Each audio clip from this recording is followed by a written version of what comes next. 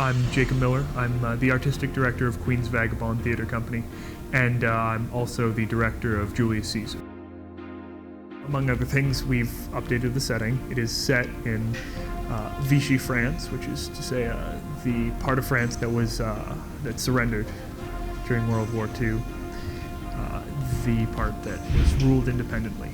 Now, this setting update, it's not just so that we can familiarize the audience with what they say, with what's going on, but it's also because when you walk into a show that's set in like France, World War II, you have a very immediate understanding of who you think's good guys, who you think's bad guys, and I want that kind of weight and knowledge going into the show so that when all of the characters display a three-dimensionality that you wouldn't normally expect, it can be unsettling.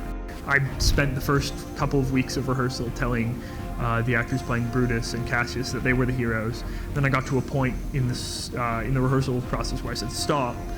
Now realize that your characters, there's more to your characters than just, I'm a good person, I want to stop tyranny.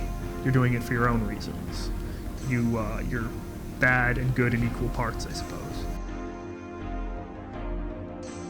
What I personally do when I design costumes is take into consideration personality traits and whatnot, and in discussing with Jacob the way the characters were to be conveyed, then I started to build my ideas of what the actors would be wearing around that, as opposed to what they or who they used to be in the classical Shakespearean play.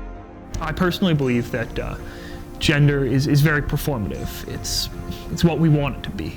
So when I see a character in a play and their gender or their sex is not an innate part of who their character is, or they don't talk about it, then I find often that we can ask just about anyone to play that role. I want Cassius to be played by a woman because I think in this case it works better, but for a lot of the characters I walked in and said, there's nothing about this character that says woman or man to me, so I'm just going to cast based on talent, and what happens, happens. Being someone who hasn't always been fully able to understand or grasp Shakespearean style text, I absolutely love the way that the actors are working with it and the message that it conveys and all of that. A lot of Shakespeare performances tend to gloss over. They play it unrealistically just because of the text being in verse. But here, in this production, we don't gloss over. There are bad things, there's a lot of violence, and I don't make it nice or noble. People just get stabbed in the street. And at the end of the play, there's a very clear message and goal that I think is communicated to the audience.